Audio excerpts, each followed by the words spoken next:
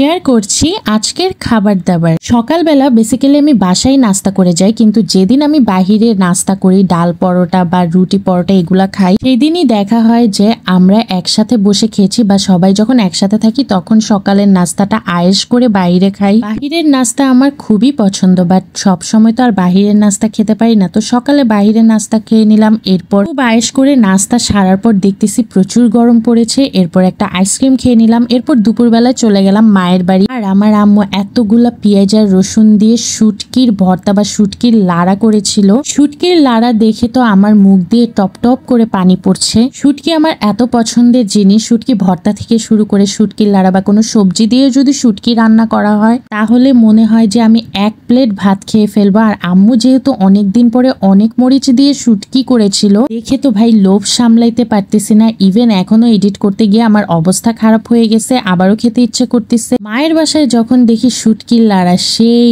দৌড়িয়ে গিয়ে প্লেট নিয়ে এসে ভাত নিয়ে এরপর শুটকির লাড়া দিয়ে দুপুরের খাবারটা সেরে নিলাম। প্রায় শুটকি দিয়ে খাওয়া শেষই করে ফেলতেছিলাম, বাট আম্মু এখানে আমার চিংড়ি মাছ তুলে দিয়েছে। এতগুলা তরকারি থাকতে শুধু শুটকি দিয়ে আমি পুরা ভাত খেয়ে নিয়েছি, বাট লাস্টের পাতে একটু চিংড়ি মাছ নিয়ে নিয়েছি, ওই যে চোখের বুক। তারপর যাই হোক, যেহেতু দুই বেলা খাবার বাহিরে সেরেই নিয়েছি, কোনো রান্নার ঝামেলা ছিল না, তাই ভাবলাম যে সন্ধ্যাবেলা বাইরে যাই একটু ঘুরেও আসি, মনটাও ফ্রেশ হয়ে যাবে আর বাহিরে কোনো কিছু খেয়েও নেব, তাহলে রাতের খাবারও শেষ। ছোটবেলায় তো বাহিরে যাওয়ার জন্য চিক্কুর পাড়ে কান্না করতাম, যেহেতু বাহিরে নিয়েই যেত আমার কান্না শুনে। আর এখন কান্না করলে কেউ তেমন দামও দেয় না, বাহিরেও নিয়ে যায় না। সেদিন কিভাবে যেন মানুষটার মন গলে গিয়েছে, আমাকে বাহিরে নিয়ে গিয়েছিল আর বাহিরে একটা অ্যারাবিক রেস্টুরেন্টে নিয়ে গিয়েছিল।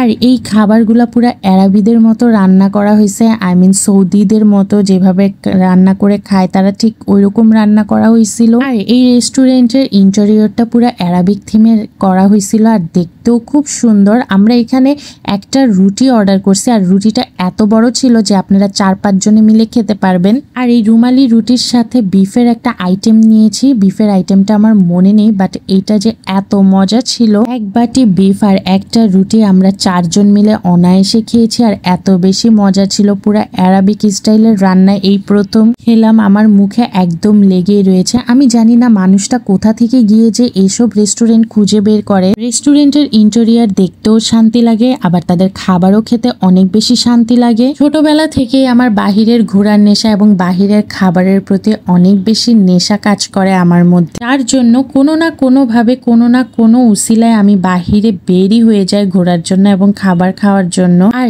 এই খাবারটা আমি যেহেতু ফার্স্ট ট্রাই করছিলাম, আমার জন্য এটা একদম আনকমন একটা খাবার ছিল এবং মজাও ছিল। এরপর আমরা একটু চাও খেয়ে নিলাম, সাথে সাথে গল্প করে নিলাম। খাওয়া দাওয়া আর গল্প করে বাসায় চলে আসলাম। আলহামদুলিল্লাহ, এটাই ছিল আমার আজকের খাবার দাবার। যারা যারা আমার এই খাবার ভিডিও পছন্দ করেন অবশ্যই আমাকে ফলো দিয়ে যাবেন আর অবশ্যই আপনাদের একটা কমেন্টস করে যাবেন। আপনাদের এরকম কমেন্টস আমাকে ভিডিও বানাতে অনেক বেশি আগ্রহ করে। তো আজকে এই পর্যন্ত, bye bye, thanks for watching.